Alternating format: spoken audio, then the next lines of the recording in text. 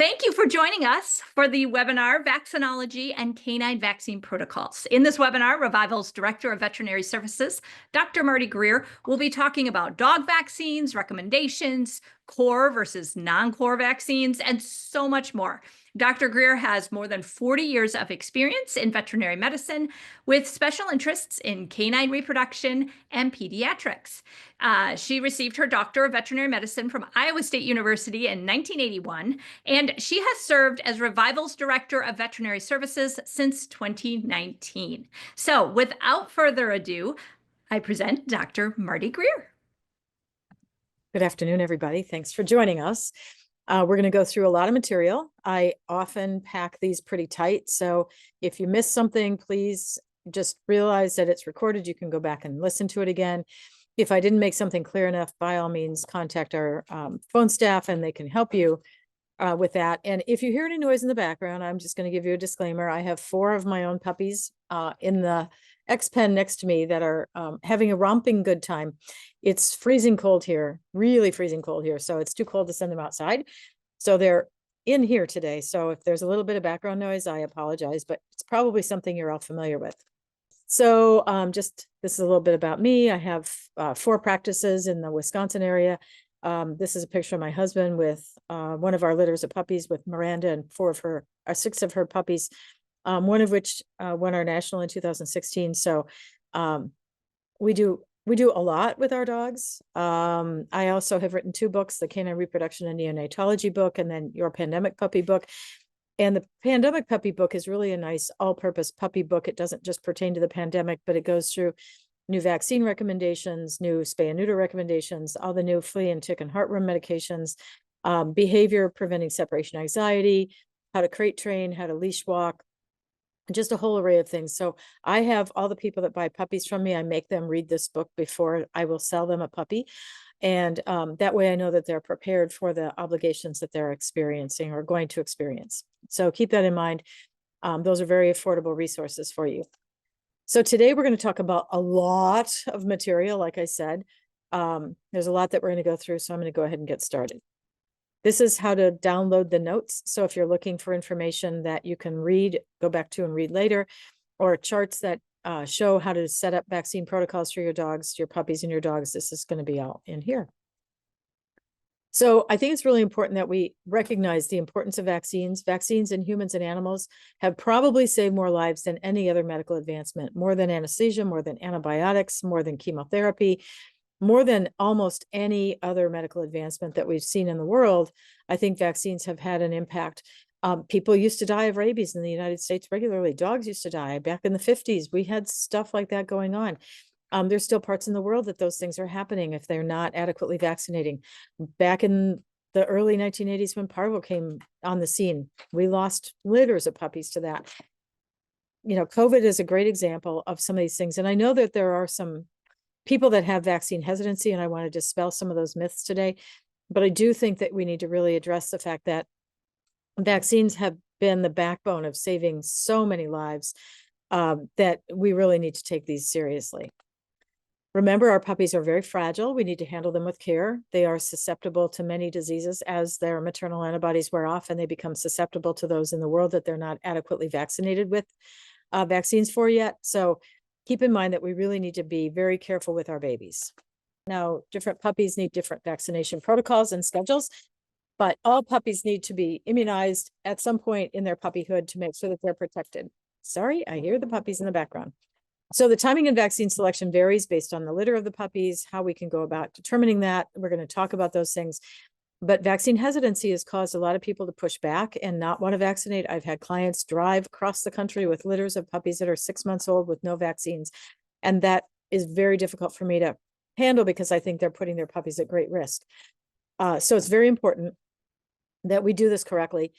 Vaccines do not replace good hygiene. It does not replace deworming, does not replace disinfecting. So you still need to do all those things. But we can certainly augment those with the appropriate vaccinations. One of the strongest medications you will ever give your pet is a vaccination. It affects their immune system and can do so for their lifetime. So be sure that you're choosing well who helps you pick out your vaccine protocols, which veterinarians you speak to, what products you use, how often you use them. Those are all really important. We have clients that come to us as in our practices, because like I said, we have 4 practices in Wisconsin. And I'll have people that come in and say, well, I come to you for the stuff that's really important, but I go to just my local vet for they're just shots. No, they're not just shots. They're not vaccinations as just no big deal. They're very important. So I want you to have a good educational background on this so you can make good decisions. More vaccines are not better. So there's a limit to how many you should give. You should not be vaccinating more often than every 21 days, every 3 weeks. There are some protocols out there that people are vaccinating every 7 days, every 14 days. We have to be really careful with those. Really, 14 to 21 days is an absolute minimum in between vaccinations. Vaccinating weekly will cause suppression of the immune system, and that can be dangerous for the puppies. If you are administering your own vaccines, or if you're going to the veterinary clinic for that, you want to know which vaccine was given. You want to know where that vaccination was given. In my world, I give distemper and lepto over the right shoulder. I give Lyme over the left, Lyme for left. I give rabies in the right rear. So it's really easy for me to go back and know where I gave those vaccines, but it's also written in our medical records. And every now and then, I'll show you some slides in a little bit. There are some local vaccine reactions that you'll see a swelling or a lump at the vaccination site. In cats, we can see tumors caused by vaccines. Really rarely, 1 in 10,000, but it happens. So if we don't know where that vaccination was given, we don't know which vaccine company was the problem. We don't know which vaccine was the problem. So it's important that we do that. And then all those little vials now have labels that are meant to peel off. You can peel them off. You can put them on your medical records, on your vaccine records, whatever you want to do with them. But it also keeps track of the lot number, the serial number, the product name, what was in the product. And that way, people that are buying puppies from you can take that to their new veterinary clinic and have that information for them. If the dog had a bad reaction to a vaccine, we know we should not do that again. If we have a problem with a lot number or a serial number, we can go back to the vaccine manufacturer. So all those things are really important to keep in the record. It's also very important not to use expired vaccines. Vaccines are only good for the amount of time that they are labeled for. So it's not like, a dozen eggs that can sit in your fridge for a little bit longer. Once it's expired, you should be not using those vaccines. And vaccines should be shipped appropriately and stored appropriately so they stay cold, but not too cold. A couple of years ago, we had a number of dogs that were coming in after a vaccination. It was distemper with lepto. They were all under 22 pounds. They were almost all female. They were almost all terrier type dogs. And they all happened, of course, on Friday afternoon. And these dogs would come in and they would have extreme pain at their injection site. 2 of them were my own personal dogs. And these weren't dogs that were typically wimpy dogs. They had a swelling and they had a pretty extreme reaction. And after quite a bit of investigation, we discovered that the vaccine being shipped from the vaccine manufacturer in Omaha to our clinic in Wisconsin got too cold during shipment and caused that reaction. So that's why it's important to track all this information.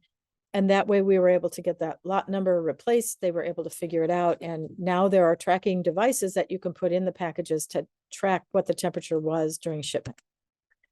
So when you get your vaccines, they should be in a styrofoam box. They should be cool. The ice pack should be cool to the touch. You don't want to freeze the vaccine. Like I said, don't want to discard your outdated product. You want to be consistent about where you're giving the injection. So if you're giving it over the right shoulder, it should always be over the right shoulder for that product, so you know what to look back at. And I don't give vaccines in the scruff of the neck. I give them over the shoulder. I give them over the shoulder on the right or the left side. Again, don't vaccinate too frequently. Don't over immunize your females, and be attentive to outbreaks. 2 years ago, we had an outbreak in Michigan and the upper Midwest of parvo. In those cases, you probably want to booster your dogs. A year ago, we had an outbreak of canine influenza. So if you're hearing that those things are going on in your community, you want to get in and get those vaccines given to your pets to give them protection. So we're going to talk about all these different diseases briefly so that you have at least a basic understanding.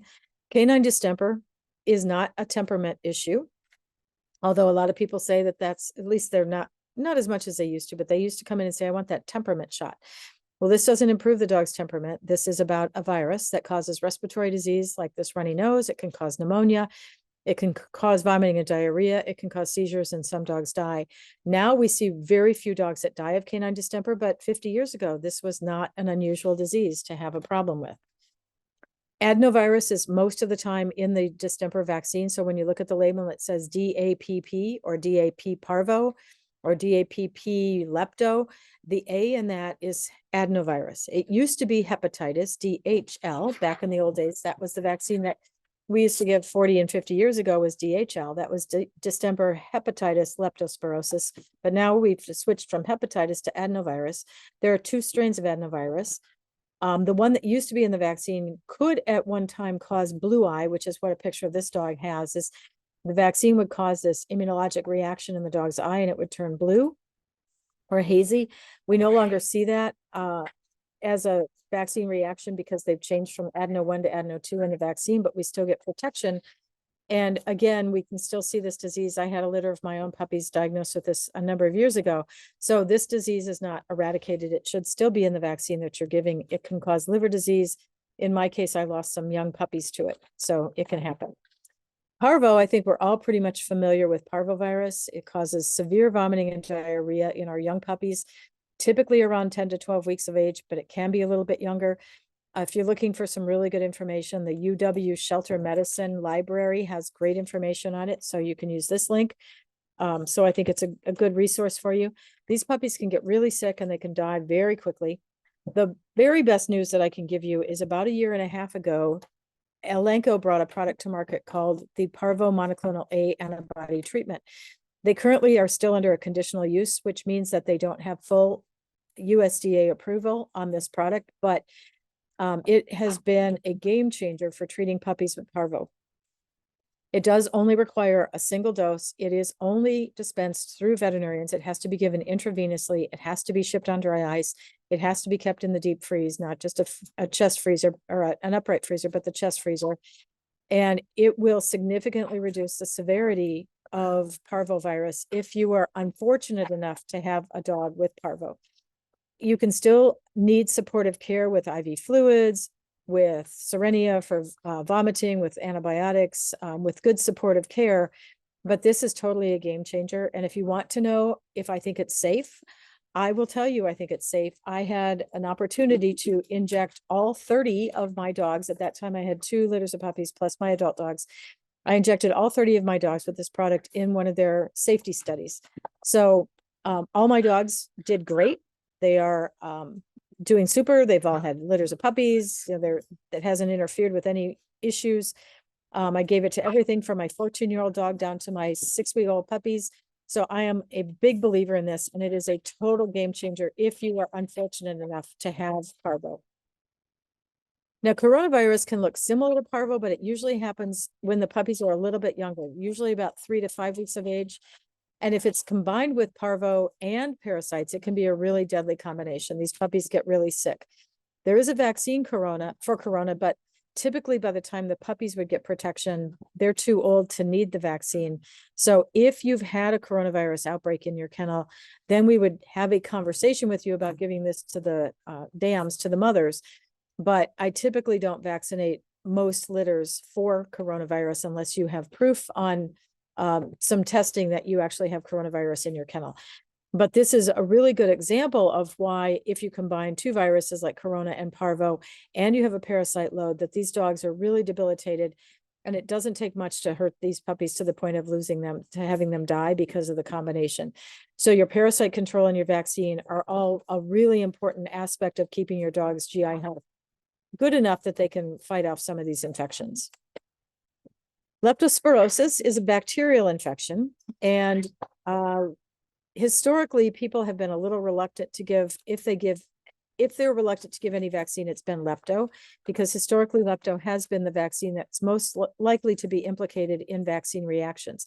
However, the companies have significantly cleaned up the vaccine, and about a year ago, the American College of Internal Veterinary Medicine specialists made leptospirosis a core vaccine. So it's no longer a lifestyle vaccine where you can give it based on dog's lifestyle. It is now considered a bacteria that all dogs should be vaccinated for. This dog has leptospirosis. It causes liver and kidney problems. You can see how yellow the gums are on this dog.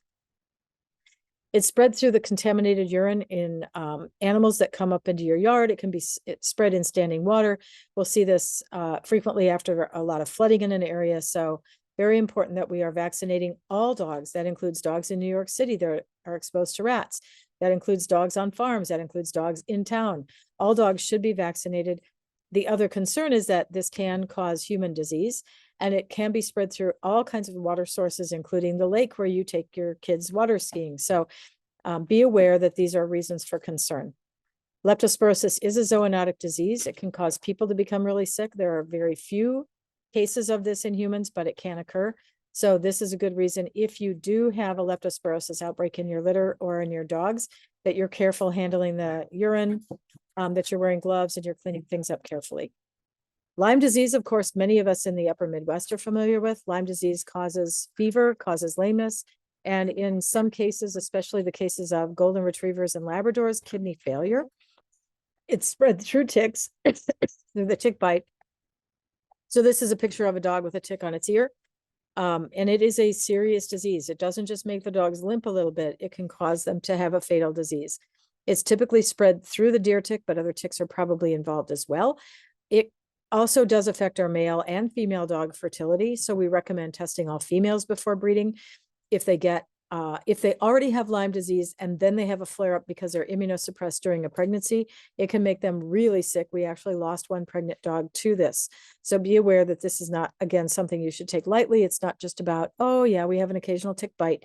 You really want to be sure that you're vaccinating and using good tick control.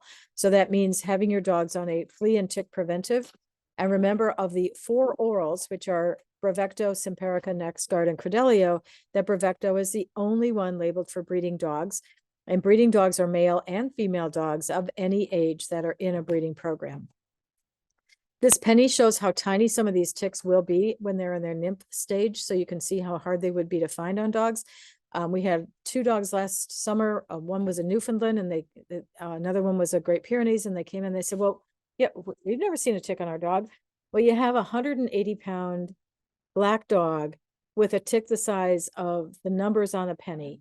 I can see why it would have been hard for you to notice that your dog picked up a tick, because this dog actually got very sick and lost most of her litter to Lyme disease. So please do not take this lightly. Use your tick and flea control. Use your appropriate products. There are some topicals that are safe, but not all are. So again, read your labels.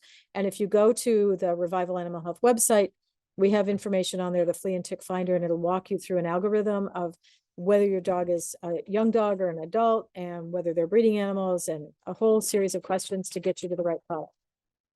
Now, the capcvet.org website has some great information. It has maps in here. You can go all the way down to the county that you live in. So if you want to see what your incidence of Lyme disease, anaplasmosis, ehrlichia, other diseases like heartworm are in your community, you can go to this. You don't have to be a veterinarian to use it. And it is a very valuable resource. All right. What is CIRD? That's canine infectious respiratory disease. That's a complex of diseases that can cause dogs to be really sick with respiratory problems. And it can be all of these viruses and bacteria can be implicated in this. Some of these are bacteria like strep. Mycoplasma is not even a bacteria or a virus. It's an in-between. The ones that are underlined are the ones that we can prevent with vaccines. Distemper causes it. Adenovirus can cause it. Lepto can cause respiratory disease. Of course, we're all familiar with Bordetella. That's what everybody thinks of. And the vaccine that we recommend using is the 3-way Bordetella vaccine, which includes the Bordetella, parainfluenza, and adenovirus products. There is also a canine influenza vaccine that we should talk about using if you're in an area that has a concern. Very few dogs have immunity to influenza naturally because it's a new disease. So if you have dogs that are traveling places, they're going to shows, you're bringing dogs in and out, or you've had respiratory problems, you should be vaccinating for the H3N2. The H3N8 has been eradicated, so we don't have to worry about vaccinating for that anymore, but you can vaccinate for the H3N2. This is a map that shows in 2004 when influenza was first discovered in dogs, and then in 2015, the distribution of the diseases. So you can see it went from many states to almost all the states being affected. And I strongly suspect Nebraska and North Dakota had it as well. They just didn't have it reported. Influenza in November of 2023 was reported on this map. However, I can tell you this is not accurate in reporting, because we diagnosed multiple dogs in our practice in Wisconsin, and Wisconsin's the one above Illinois, if you don't know where Wisconsin is, that doesn't have any blue on it. So we know we had it there. It was in hot and heavy numbers in the Golden Retriever National out on the West Coast. So we've seen lots of dogs with influenza. If you have dogs that travel, if you have dogs that board, if you have dogs that come in and out, you should consider vaccinating for influenza. Canine infectious respiratory disease is spread in dogs through a lot of different ways. It can happen through going to the dog park. It can happen through shared water and food bowls. It can happen at doggy daycares. It can happen at groomers. Who is at the greatest risk of severe disease? And that's going to be the brachycephalic breeds, the pugs, the Frenchies, the short-faced breeds. How is it contracted? Through coughing and sneezing, through dogs that bark at each other, through shared water and food dishes. If you go to the farmer's market with your dog, don't let him drink out of the food bowl or the water bowl at the park. That's probably contaminated. If your dog is sick, you should not be taking them out in public. And if you do have to go to the vet, tell the veterinary staff you have a sick dog and ask them if they can see you in the parking lot, in your car, in an isolation ward, some way that we can prevent this being spread to other dogs in the veterinary hospital. So Bordetella is one of the organisms that causes cough. Like I said, there's a number of organisms, and this cough isn't usually fatal. Influenza can be, but Bordetella is not typically a fatal disease, but it is an awfully hard disease to live with because these dogs cough and they get pretty sick. Parainfluenza is another one of the viruses that we can see that cause respiratory disease. And then if you do have an outbreak of Bordetella or you are concerned about it, I would strongly encourage you to do the Bordetella vaccination. There are different kinds. There's an oral vaccine, there's an intranasal vaccine, and then there's an injectable product. I don't recommend the injectable or the oral because they don't give you as good a protection as the intranasal. The intranasal is certainly the hardest of the vaccines to give, but you do get the best immunity if you're giving the intranasal product. And the dogs tend to have really no reaction to it. They don't get sick, they don't run a fever, they don't have a lump, and none of those things happen. If you are using the intranasal product, I recommend using this ADT delivery system that you can purchase. You have choices of buying it like this or in a vial that looks like an injectable. If you accidentally give the intranasal as an injection, it can cause fatal liver disease. So it's very important if you are using this product as an intranasal that you are giving it only as a nose drop and not as an injection. So if you are using this product, the intranasal, this is how it works. Comes with a cap. You have to take the band off the top. You have to take the stopper out. And then the ADT delivery system comes in this little vial that has fluid in it. You add that to the vial of the lyophilized cake of the vaccine, mix it up. And then this is given as nose drops. This is a dog I vaccinated yesterday. This is Ray Skywalker. And it's a pretty easy vaccine to give. The oral is by admission easier to give, but you don't get para-influenza vaccination protection with the oral. You only get Bordetella and adeno. So I recommend using only the intranasal product, the 3-way intranasal product. We do see this also potentially causing people that are immunocompromised to become sick. So be sure that you're aware of that. Influenza, like I said, is a more serious disease than kennel cough. It can look very much like kennel cough when it first starts. But if you are in a situation where the dogs are exposed, and almost all dogs are naive to this, they've never been exposed to it, they should be vaccinated. I think this should be a core vaccine for most dogs, especially if you have brachycephalics or dogs that travel. Now, a little bit of basic background on vaccines. There are 4 basic kinds of vaccine. There's a modified live, which means that they take the virus or the bacteria and they alter it so that it still creates immunity, but it doesn't cause disease. So that's a very commonly used kind of vaccine. There's a killed product like we use in rabies, and that product, the virus is killed, but it still by injection will create an immune response in the person or patient that receives it so that they're protected against the disease. We consider recombinant mRNA vaccines. Now we've had these on the human side for things like prostate cancer for 10 years. We've had it on the veterinary side as a vaccine for a number of years. And it came out as what the Moderna and some of, I think the Pfizer vaccine when COVID first came to market. I think the Johnson & Johnson was a different product, different kind of vaccine, but I'm pretty sure the Moderna and the the Pfizer vaccines were messenger RNA, mRNA vaccines. And a lot of people kind of freaked out about it. They thought it was a new thing. They thought it was going to, cause all kinds of health problems. And in reality, they do not. We've used them on the veterinary side for close to 10 years. It's a very good vaccine product. The fourth kind of vaccine is a toxoid. We do that if we're looking at the rattlesnake vaccine. We do it for tetanus. We don't vaccinate dogs for tetanus, but there are sheep, goat, and cattle products, horse products for tetanus toxoids. So that's the other kind of vaccine if you're just trying to understand the whole vaccine background. The other thing that is really important that you understand about vaccines is vaccinology, is the maternally developed antibodies or derived antibodies. So puppies, when they're born, have very little immunity to viruses and bacteria. They get 90% of their immunity through the colostrum of their mother by ingesting that in the first 12 hours after they are born. So puppies are born naive to those diseases. They ingest colostrum and they get protection. On the human side, we get about 10% of our antibodies through colostrum. On the dog side, they get about 90% through colostrum. So it's a very different way for our immune systems to respond. If your puppies are colostrum deprived, plasma can be used as a substitution. And I don't want to get into the whole discussion of that right now, but we do have part of the neonatal program that we have on our webinar that goes through the use of plasma for that.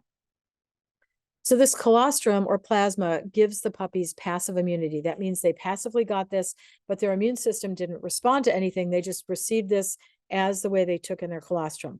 Once we start seeing that antibody level drop below a critical amount, then we can start giving vaccines to create active immunity. Active immunity is when you're either exposed to a disease or to a vaccine that allows the immune system to respond and give you a long-lasting immunity. The immunity we get from colostrum drops off somewhere between 6 weeks of age and 16 weeks of age for our dogs. So we don't get long-lasting, lifelong immunity from colostrum, but we do get it long enough to get the vaccine started and be protected. So that's passive immunity from colostrum. Active immunity comes from vaccines, and those have to be given after the passive immunity colostrum levels drop enough that the body can respond to a vaccine. If the dog failed to get immunity, failure of passive immunity transfer, that means the puppy or kitten did not get enough colostrum, then those dogs can be susceptible to developing viral and bacterial diseases younger than you would expect because they didn't have immunity. So what's important that you realize here is that maternal antibodies interfere with vaccines until the dogs are somewhere between 6 and 16 weeks of age. That's why as those drop off, we need to vaccinate our dogs multiple times.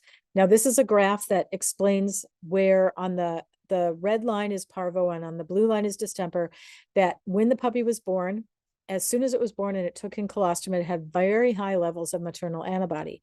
Those degrade 50% every 2 weeks. So they drop off. So every 2 weeks, it drops by half. And they finally get below that, where that green line is. And once they drop below the green line, the dog can now respond to a vaccine. The problem is not every dog's graph looks the same. Some dogs got a lot of colostrum. Some dogs didn't get a lot of colostrum. Some of the dams had high antibody levels of immunity in their colostrum. Some do not, depending on their exposure and how they reacted to vaccine. So different dogs are going to have different kinds of immunity at this point. So this is why, as it drops below the green line, we have to vaccinate our dogs multiple times, but you can't say that every dog at 6 weeks is going to respond to a vaccine. The better our vaccines have gotten, the longer out we've pushed our maternal antibodies. So the longer out we've had to vaccinate our dogs. So this graph just gives you a basic illustration of what one dog would look like. This is not what every litter would look like. So that's important. If you wish to know how your particular litter of puppies are going to respond to a vaccine, you can do a blood sample called a titer. You can send it to Dr. Lori Larson, who's in this picture, at the UW Cavid lab, and the next slide will have the information, and they will be able to test your bitch's blood, not within 2 weeks of the time she has her puppies. They can, you can have your vet draw a blood sample, you can send it to their diagnostic lab, and they can then customize a vaccination protocol for you based on your puppy. So if your puppy dropped off at 10 weeks, they'll tell you to start vaccinating at 10 weeks. If your puppy dropped at 6, they'll tell you to start at 6 weeks. If your puppy dropped at 17 weeks, they'll tell you to start vaccinating at 17 weeks. So every litter of puppies has a different vaccination protocol based on what the nomogram shows. So you order the blood sample called the titer, and then you order the nomogram, which is the interpretation of the titer, and Dr. Larson's lab does both of those. To my knowledge, they're the only lab that does that. Now, maybe there are others, so if there are, I apologize to the labs that I'm overlooking. but I'm aware that this one does. This is how to get the blood sample submitted. It's Dr. Lori Larson's lab. It used to be Ron Schultz in the lab as well, but Ron has passed away. So we just have Dr. Larson, and she's amazing. So it's the CAVID lab, the Companion Animal Vaccine and Immunodiagnostic Service Lab at the University of Wisconsin. You can take a picture of this slide. You can take this in, you can print off the requisition form, take it to your vet clinic, ask them to draw blood. Don't do it within 2 weeks of the time that the bitch has her puppies, because at that time, her colostrum has all the antibodies in it. So you're going to get an artificially lowered number at that point. So at the pregnancy ultrasound, or when the puppies are 2 weeks old or older, you can trot into your vet clinic, ask them to draw the blood, submit it to this lab, and within a week, you will have a result back that will tell you how to vaccinate that litter of puppies. It's really important that you do that, and you mark the little box on the form that says nomogram. Is this a nomogram? And then you have to list the vaccine product that was used and when it was vaccinated, so that they have that information. So very good idea. If you have a reluctance to give vaccine, or if you have a line of dogs that don't respond well to vaccines, this is a good resource for you to have, and you can customize your vaccination protocols to each litter of puppies. And you need to do it every litter. So what if she had a litter in January and then another litter in July, you need to repeat that. It's under $100 to do the test. So it's a really effective way to get the information. All right, so why can vaccines fail? Why are we still seeing some dogs that get diseases even though they're vaccinated? Being vaccinated and having immunity are not the same thing. We assume that if we're vaccinated, we're going to be fine, but we knew during COVID that some people got the vaccine and they still got COVID. We know some kids still can get diseases. So vaccines are not 100% effective, but they're pretty darn close. So why do vaccines fail? Number one, it can be that you gave it at the wrong time, that they still had maternal antibodies. They weren't dropped low enough for the dog to react to the vaccine. So they're going to block that vaccine and not respond. This is why we vaccinate at 6, 9, 12, and 16 weeks, or 10 and 14 weeks, or whatever your protocol happens to be. This is why dogs need more than one vaccination, is not every dog drops at the same rate. So we need to hit them multiple times as puppies so that we at some point get them when they're below the green line and they can respond. Number two is we can see some breeds of dogs and some individuals in those breeds that are low responders or no responders to vaccines. Somewhere between 5 and 10% of our dog population do not respond adequately to vaccines. Typically, those are going to be the pit bull terriers, the Dobermans, and the Rottweilers, but not exclusively. I've seen it in a Pomeranian. You can have it in any breed. So this, again, is a reason that you want to do titers on your dogs. And the only two things that we titer for are going to be distemper and parvo. Now, I've had clients come in and say, well, I want to test for lepto and see if my dog has vaccination protection from lepto. The answer is we test for lepto, but if we're testing for lepto, we're testing for the disease, not for a titer for protection. So distemper and parvo are the two things that the CAVID lab tests for. So of these dogs that are low responders or no responders, these are dogs that are very special dogs and cannot be out in general public until we get a vaccine response. So they should be titered. And this is a good reason that all your dogs should have a titer after they're vaccinated to make sure that they have responded. If they are not protected after their typical series of vaccines, what we'll do is switch to a different manufacturer's product and then vaccinate and titer again. And most of those dogs, if we switch vaccine products, will respond to a different vaccine product just because some of the products are made differently than others. So if you have a dog that doesn't respond to any vaccines, you have a whole different situation. And in fact, so severe that Dr. Schultz has recommended not breeding some of those dogs. So this is why we give multiple vaccines. You can't guess when they're going to respond. You can't take a chance that your puppies are going to be vulnerable and not protected. So you need to have durable immunity from multiple vaccines. So what are core vaccines and what are non-core vaccine or lifestyle vaccines? Distemper with parvo is a core vaccine. All dogs should get this. Rabies is a core vaccine. All dogs should get this. Lepto is now a core vaccine, and all dogs after age 12 weeks should receive this vaccination. And it typically takes 2 distemper parvos, 2 leptos, and 1 rabies to get you protection. Lifestyle vaccines are going to be based on what the dog's exposure is or what their lifestyle is. That's going to be Lyme disease. Are they around ticks? Are you in a part of the country where there are ticks? If you live in Utah, you don't have the same tick exposure that we have in Wisconsin. Influenza, like I said, H3N2 is the only one that still we currently have. So I think our dogs should all be protected against that if they're out in public. Bordetella, parainfluenza, and adenovirus are all in one vaccine. So what are the risk factors of your dogs? What are the non-core and the core vaccines? I don't vaccinate dogs for rattlesnake vaccine because we're in Wisconsin. We don't have rattlesnakes. If I lived in Arizona, I would have a different conversation. So this is our vaccine finder link. If you're looking for some help on how to do this, this will help you walk through the vaccines that you may need to be giving to your dogs. So if you do have a dog with respiratory disease, you want to stay in the car. You want to make sure that they're protected. Don't take your sick dog into the vet clinic. Routine vaccines for dogs really should include a lifestyle assessment vaccine so that we can customize the dog and puppy's vaccinations with the veterinarian who knows your dog best. This is Dr. Kowaleski at my practice. So what are our risk assessment questions? Is the dog indoors or outdoors? Does the dog live in a kennel or in the house? Does the dog ever leave the yard? Are there raccoons or other wildlife in your yard? Does your dog leave your yard and go on long walks? Do they go to the dog park? Do they roam the neighborhood? Do they go to training classes, professional training? Do they travel out of the state? Do you hunt with your dog? Do they go to the groomer, the daycare facility, boarding facility? They go to classes, dog shows? Do they have chronic health problems? Do they have external parasite control like flea and tick medications used regularly? Is the dog on heartworm preventive? Does the dog have a stool sample checked and found to be negative twice a year? Do you deworm your dog on a monthly basis with the heartworm and flea and tick medications? So based on dog's lifestyle, these are the recommendations that Dr. Schultz and Dr. Green, who is another infectious disease specialist, have made. And if you have kennel dogs that you are group housing and they are in a boarding or breeding facility, they are recommending annual vaccines for distemper, adenoparvo, leptospirosis, and Bordetella. Most dogs that don't live in a kennel in this situation are going to get 3-year vaccinations for distemper and parvo. But these kennel dogs with high exposure that are being bred, you want to have them to have their best immunity. So these dogs should be vaccinated once a year. Lyme disease depends on where you live. And of course, rabies after the first vaccination in most places is good for 3 years.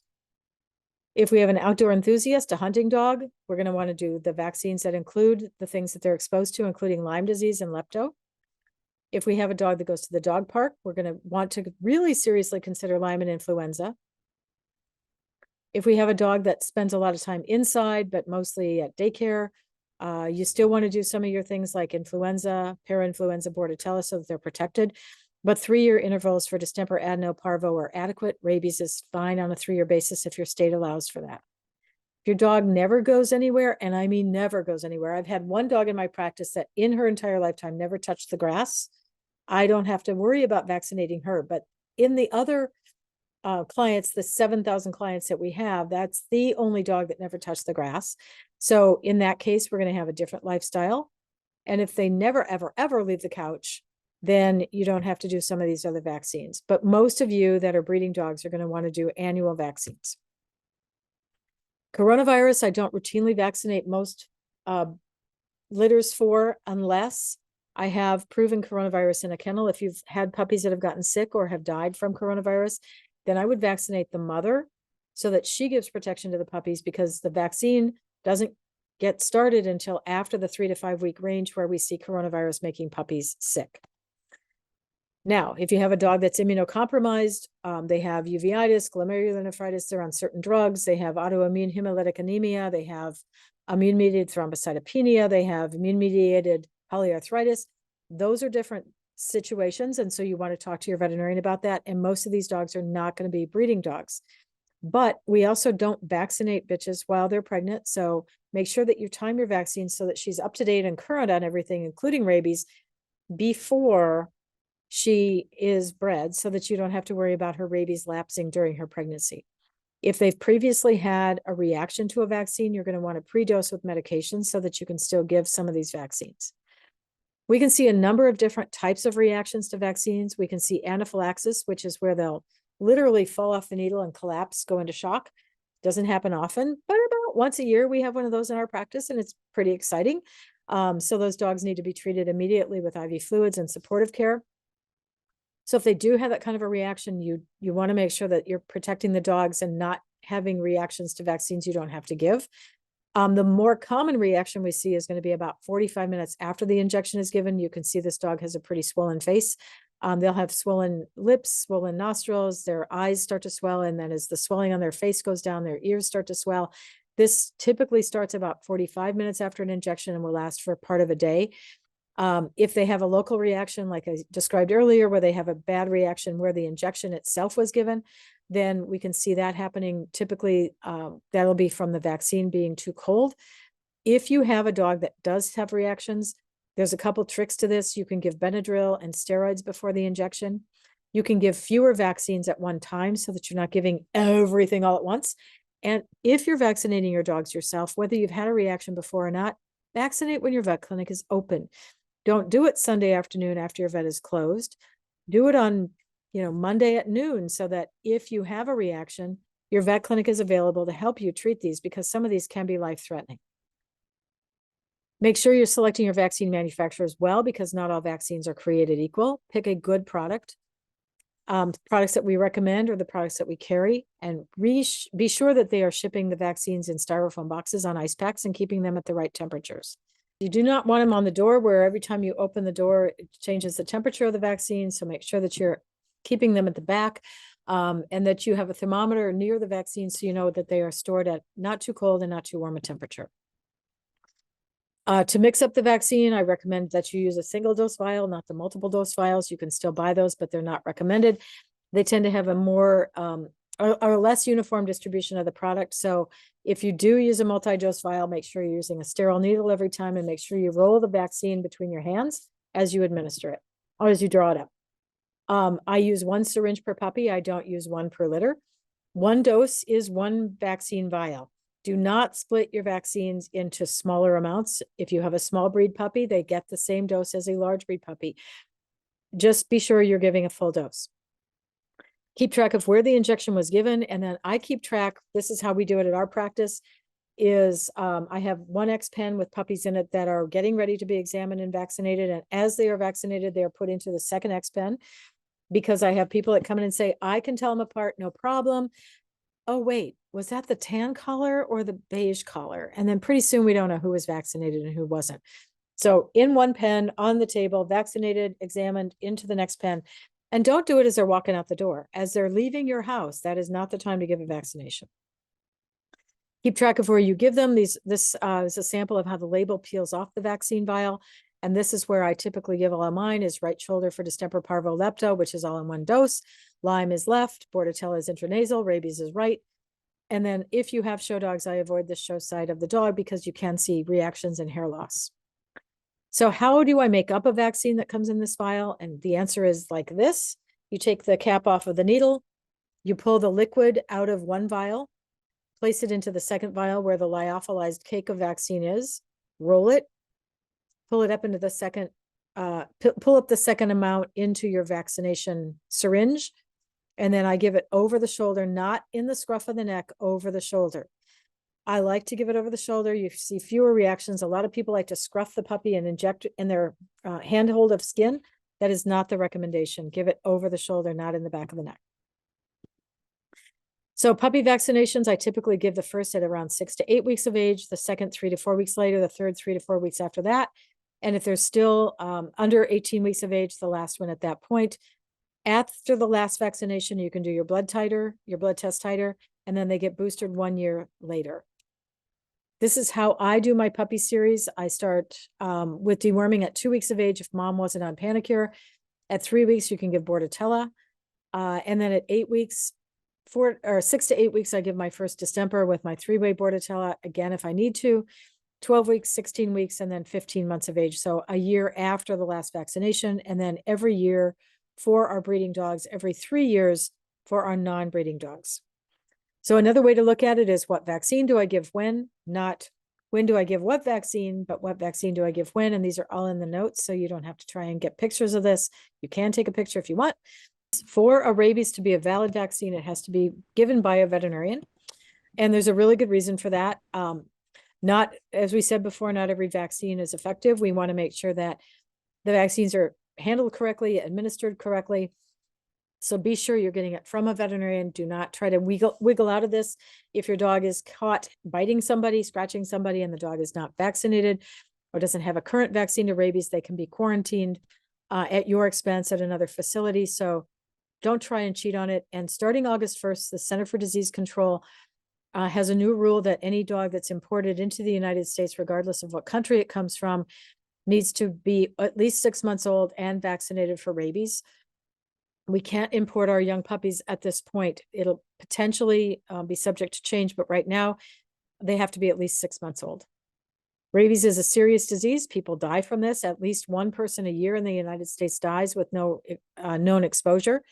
So don't mess around with it. The puppies should be vaccinated as required by law in your state, and every state's a little bit different. So follow your state rule. The first vaccination is somewhere between 3 and 5 months of age, then a year later, and then oftentimes every 3 years, but some municipalities have a more frequent requirement than that. There is no exemption. This is because of the risks to human health.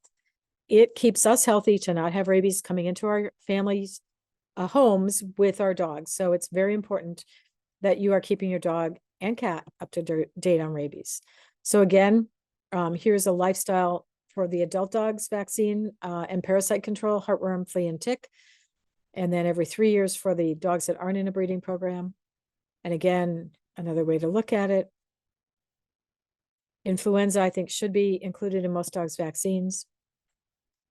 So why do veterinarians not always trust the vaccines that they say that you gave? If you're a breeder, do you feel a little slighted by that? And the answer is some veterinarians don't trust you to have correctly shipped the vaccine, stored the vaccine, picked the right product, administered it correctly, tracked where you gave it, all those things. So there are definitely veterinarians who are reluctant to trust that a breeder gave vaccines adequately.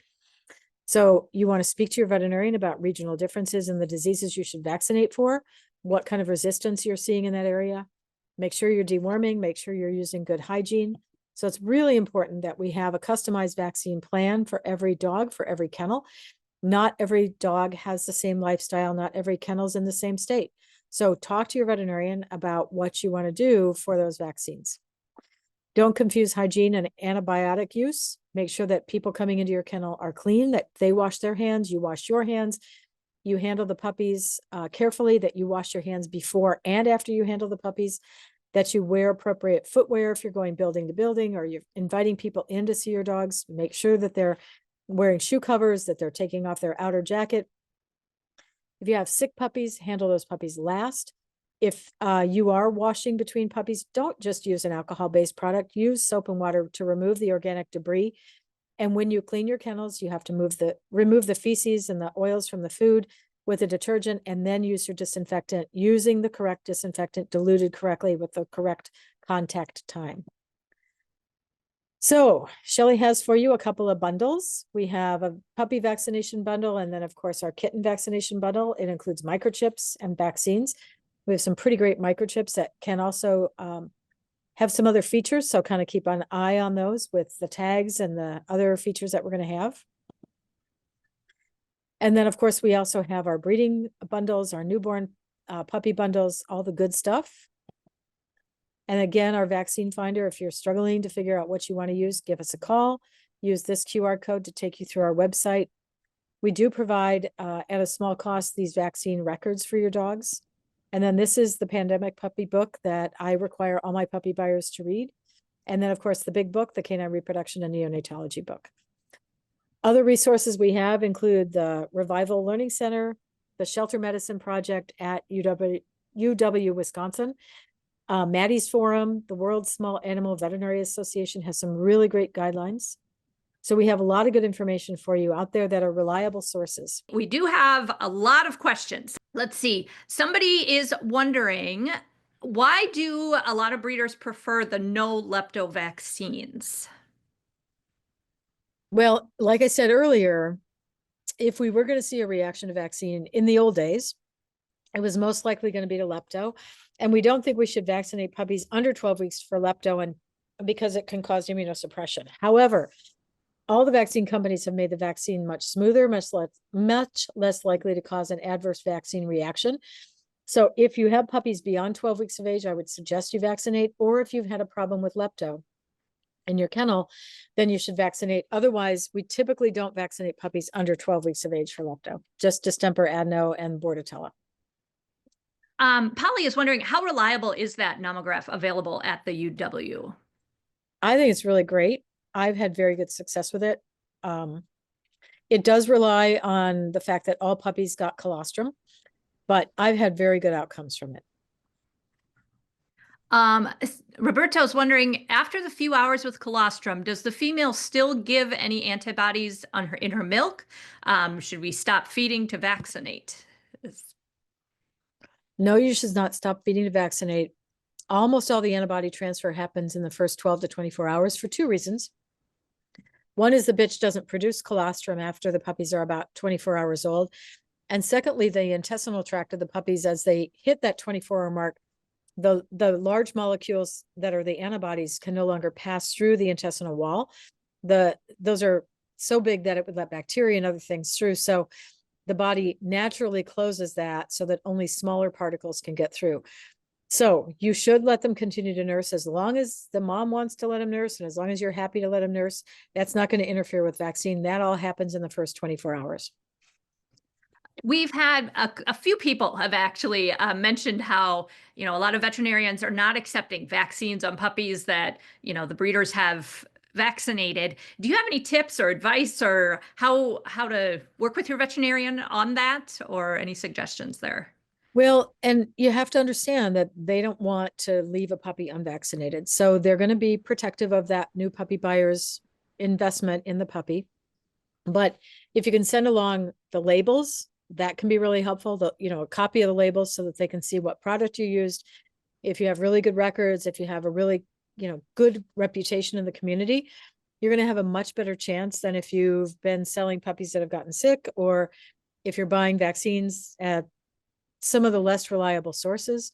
So you just have to do the best you can to prove it, because we don't want to give the puppies too many vaccines, but they also are protecting their new clients' new puppies. So it's a double-edged sword, but try to send as much information along about the products that you're using so that they really feel like you've done a good job, or take them in and have that first vaccination given at your vet clinic. They should all have an exam before you're selling them anyway. And you may be able to work with your veterinarian to structure some fees so that it's not quite as much for every puppy.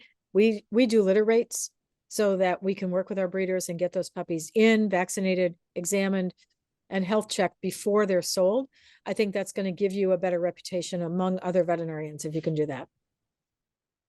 We have a couple people on the call here from other countries, and they're wondering, is there like a standard place you could go, or some sort of website that kind of shows the required vaccinations for certain countries, or where you live, how to find out what's regulated where you are?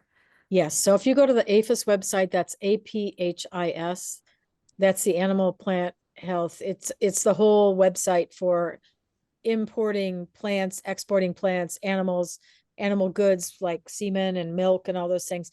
So if you go to the APHIS website, and then there's a pull down menu, you put in whether you're exporting or importing a pet, you click on that, and then there's a pull down menu that lists all the countries.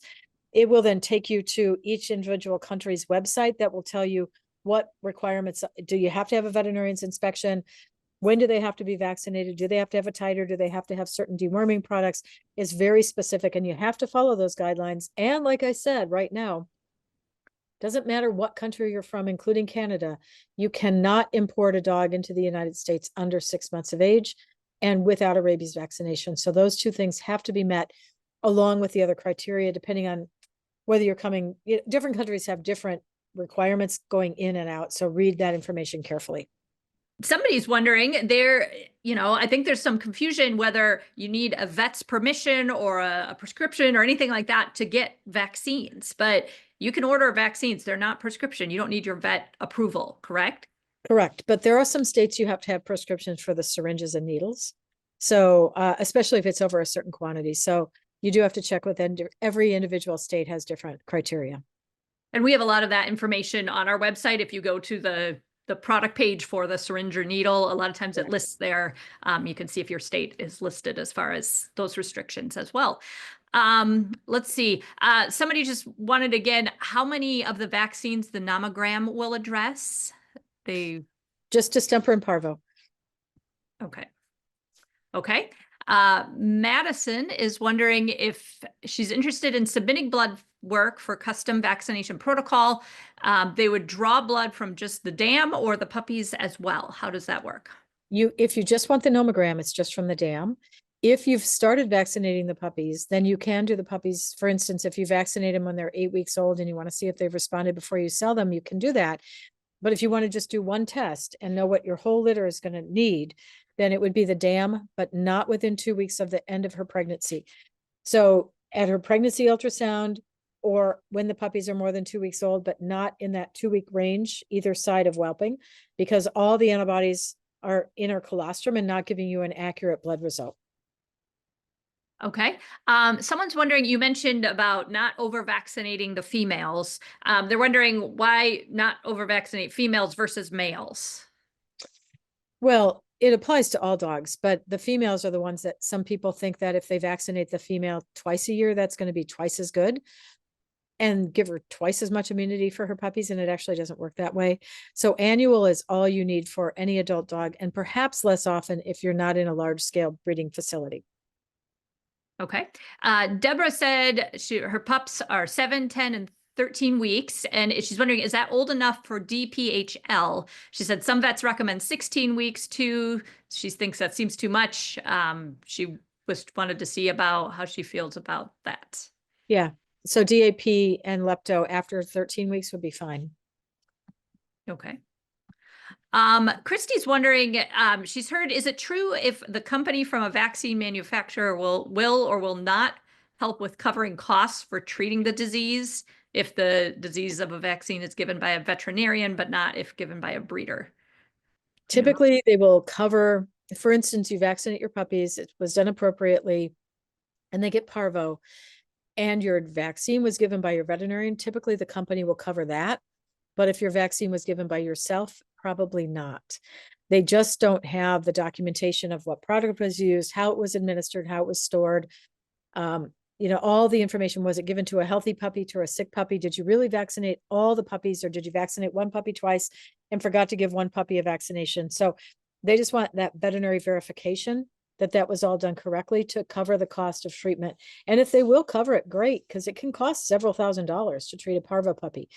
So I've had clients call me and say, well, I can't afford to go to the vet and get these done. And I'm like, you can't afford not to go to your vet and get this done, because you're going to get protection from your veterinarian. You're going to get a warranty basically on the vaccine. You don't get any other way.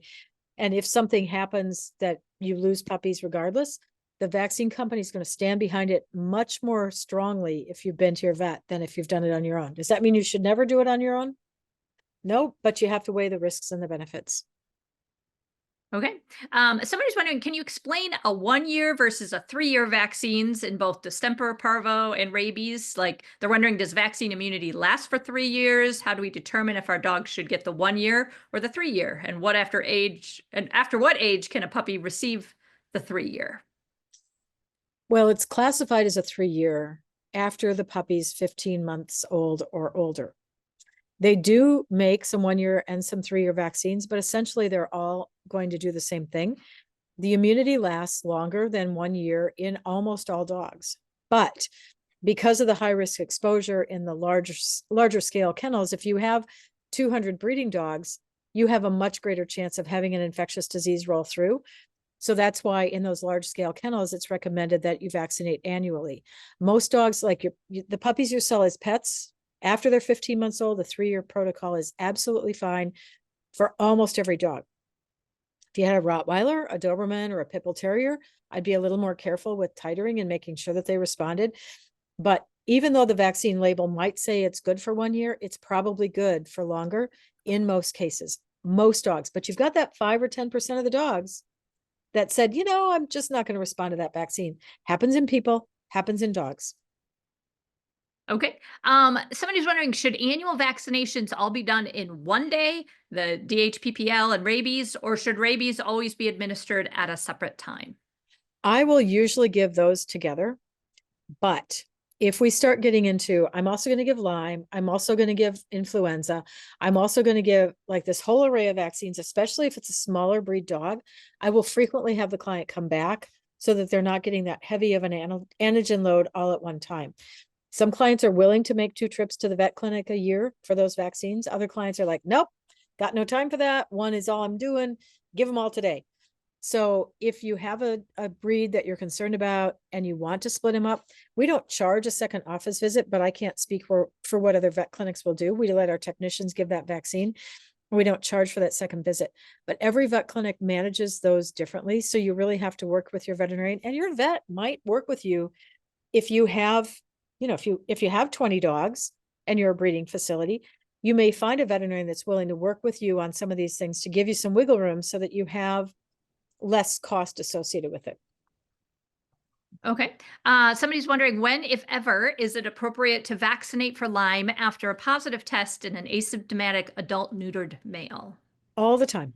We vaccinate those dogs all the time. Is it safe for lepto, or how safe is lepto for Chihuahuas? Fine. We Okay. see, if we're going to see a reaction, it's been most commonly reported in dachshunds. Chihuahuas have not had a higher incidence that I'm aware of than most other breeds. But again, if you're concerned about the number of antigens given at any one time, then just split that out, because the lepto can be given as a separate vaccine from the distemper, adeno-parainfluenza, and parvo. So DAPP and lepto can be given as separate vaccines. Okay. Somebody's wondering, Gabriella's wondering, why aren't vaccine doses based on weights? Why do tiny puppies get the same dose as a giant dog? Because your immune system is your immune system. Why does a kid get the same tetanus vaccination that I get? Why does my grandson, who weighs 40 pounds, get the same thing I get? Because that's the way we give vaccines. Okay. Somebody's wondering, as I said, influenza is the only vaccine I give to my dogs myself. She said her vet does the rest. She's found the bivalent hard to find at times. You had mentioned that the H3N2, the only one she needs to give? Yes, H3N8 is considered eradicated since 2017. So at this point, you do not need the bivalent. You just need the H3N2. Okay. Yeah, I think, somebody here, Roberto's wondering, can we do boosters at 9 months instead of 12 months old?